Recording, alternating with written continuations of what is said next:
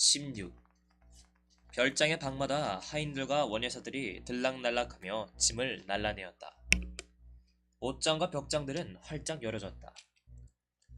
두 차례씩이나 심부름꾼이 바우레기를 사러 가게방으로 달려갔다. 마룻바닥에는 신문지가 너저분하게 널려 있었다. 트렁크 두 개와 두대 몇 개, 가죽끈으로 농인 짐꾸레미들을 현관방에 내놓았다. 유괴마차와 두 대의 상마차가 현관 앞에 서 있었다.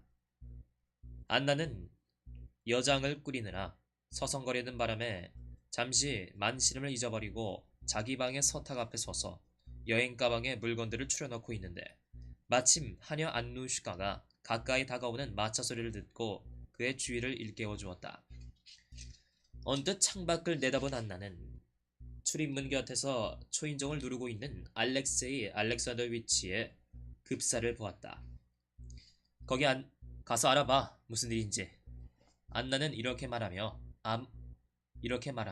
아무렴 대수롭지 않은 듯 사뭇 태연스런 얼굴로 두 손을 무릎 위에 얹고 안락 의자에 앉았다.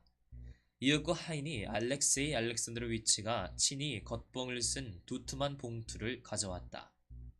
급사는 회답을 받아오려는 분부를 받았답니다. 하인의 아뢰는 말이었다.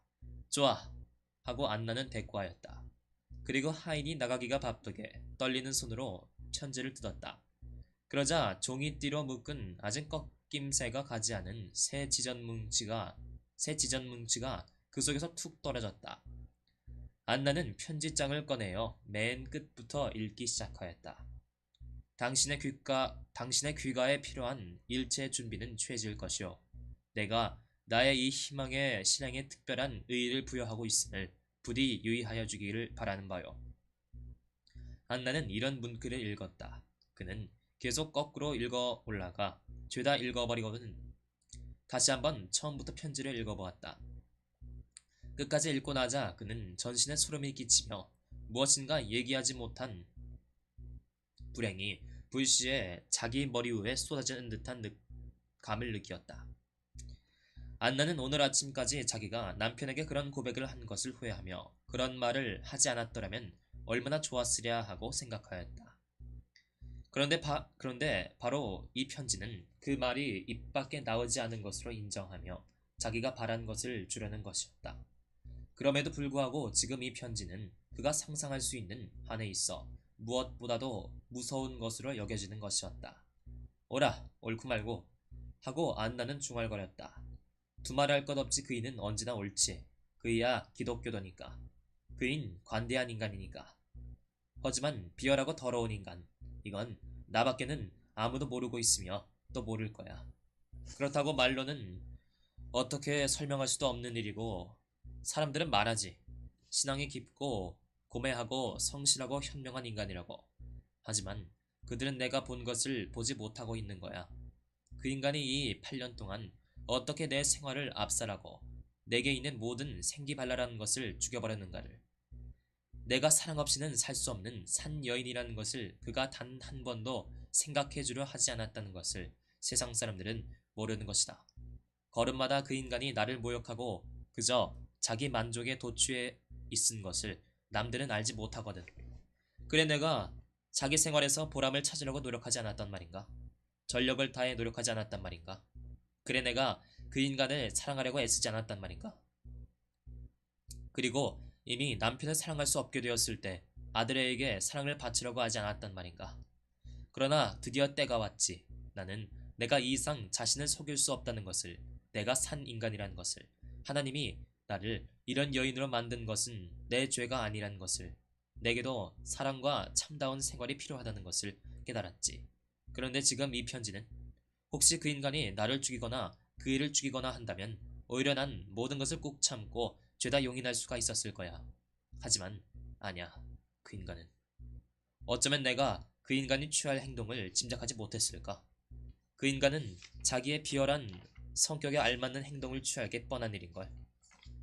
그는 어디까지나 정당한 인간으로 행세할 것이고 한편 타락한 여인인 나를 한결 더 혹독하게 파멸의 구렁에 쓸어넣으려고 할 게거든. 당신과 당신의 아들을 기다리고 있는 운명에 대하여 당신 자신이 가히 상상할 수 있을 것이오. 안나는 편지에 이런 구절을 상기하였다.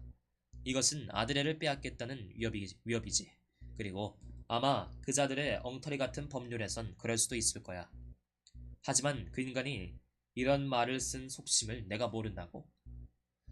그 인간은 아드레에 대한 나의 애정이라는 것을 애초에 믿지 않지. 그렇지 않으면 멸시하고 있거나 언제나 모든 것을 비웃는 그 식으로 나의 이 감정마저 멸시하고 있는 거야. 하지만 그 인간은 내가 아드레를 버리지 않으리란 걸, 그 애를 버릴 수 없다는 걸 알고 있지.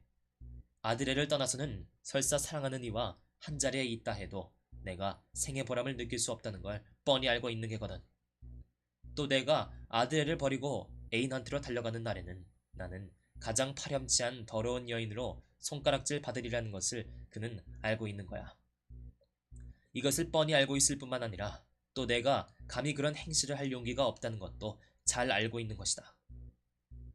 우리의 생활은 종전대로 계속되어야 할 것이오. 안나는 또한 편지의 다른 구절이 생각났다. 이 생활은 이전에도 몹시 고통스러운 것이었지. 더욱이 근래에 와서는 그것은 참말 끔찍한 것이었어. 그러니 앞으로는 어떻게 될 것인가. 한데 그 인간은 모든 걸 죄다 알고 있지. 내가 숨을 쉬며 사랑하는 것을 후회할 수 없다는 것을 잘 알고 있어. 또 제가 그래봤댔자 여기서는 허위와 기만밖에 나올 것이 없다는 것도 뻔히 알고 있고. 하지만 그 인간에겐 언제까지나 나를 괴롭히는 게 요구되거든. 나는 그라는 인간을 잘 알아. 나는 그가 물속의 고기처럼 거짓 속에서 헤엄치며 즐거워한다는 걸 알고 있지. 그렇지만 안 될걸? 난 그 인간에게 그런 만족을 주지 않으리라. 난 그 인간이 나를 얽어매려고 하는 이 거짓의 거미줄을 기어이 끊어버리고 말 테야. 그까지 될 대로 되라지. 아무런들 허위와 기만보다야 낫지 않으리. 하지만 어떻게? 아, 이를 어쩌나. 하느님. 세상에 나처럼 불행한 여인이 또 있었을까? 아니야. 끊어버릴 테야.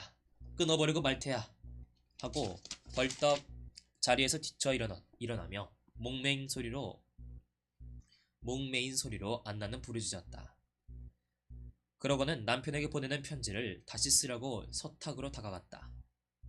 그러나 안나는 자기가 아무것도 끊어버릴 힘이 없다는 것, 자기 처지가 아무리 허위에 가득 찬 수치스러운 것이라 할지라도 종전에 그 처지에서 빠져나올 힘이 없다는 것을 이미 마음속 한구석으로 느끼고 있는 것이었다. 안나는 서탁 앞에 가앉았다. 그러나 편지를 쓸 대신 그는 탁상에 두 팔을 올려놓고 그 위에 엎드려 어린애들 모양으로 가슴을 들먹거리며 흐느껴 울기 시작하였다. 그는 자기 처지를 해결하려던 꿈이 영원히 깨어져 버린 것이 몹시 슬펐다. 그는 모든 것이 종전대로 남아있으리라는 것을, 아니 종전보다도 훨씬 더 못하여지리라는 것을 뻔히 알고 있는 터였다. 그는 자기가 여태껏 차지하여온 사교적 지위, 오늘 아침까지도 그처럼 대수롭지 않게 여겨진 그 지위가 기실 자기에게 매우 고귀한 것이고 자기로서는 도저히 그것을 남편과 아들애를 버리고 애인의 품속으로 달려간 창피스런 여인의 처지와 바꿀 수는 없다는 것을 느꼈으며 또 자기가 아무리 길을 써보아야 결국 자기 자신보다 더 억센 인간으로는 될 수 없다는 것을 느꼈다. 자기는 영영 사랑의 자유를 느껴보지 못할 것이며 도저히 고락을 같이 나눌 수 없는 생판 남이나 다름없는 인간과의 불의의 관계를 위하여 남편을 기만하는 죄 깊은 여인으로서 한순간도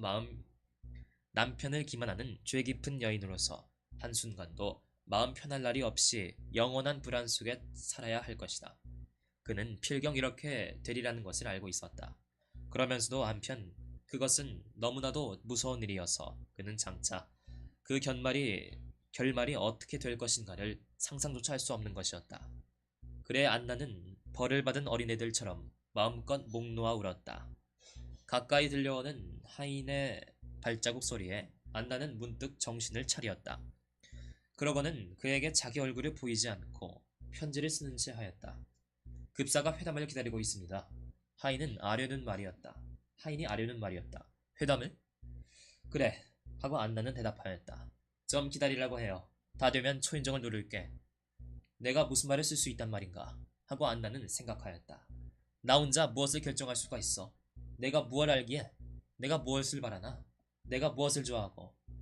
다시금 안나는 자기 마음속에서 모든 것이 헛갈리기 시작하는 것을 느끼었다. 그는 또다시 이 감정에 즐겁하여 자신에 대한 생각을 잠시 덜어줄 수 있는 맨 처음 머리에 떠오른 구실에 달라붙었다. 아무래도 알렉세이를 그는 혼자 생각으로 우론스키를 이렇게 불렀다. 만나야겠어. 내가 할 바를 가르쳐줄 수 있는 사람은 오직 그뿐이니까. 베시한테 가보자. 어쩌면 거기서 그 일을 만나게 될지 몰라. 바로 어제 우론스키를 만났을 때 자기가 뚜에르스카야 공작 부인 댁에 가지 않겠다고 말하자 그럼 자기도 가지 않겠노라고 그가 대답한 것을 까맣게 잊어버리고 안나는 이렇게 혼자 생각을 하였다. 그는 서탁 앞에 가서 남편에게 회답을 썼다. 당신의 편지는 받았습니다. A. 그리고 초인종을 눌러 하인에게 그것을 내주었다. 길 떠나는 건 그만두기로 했어.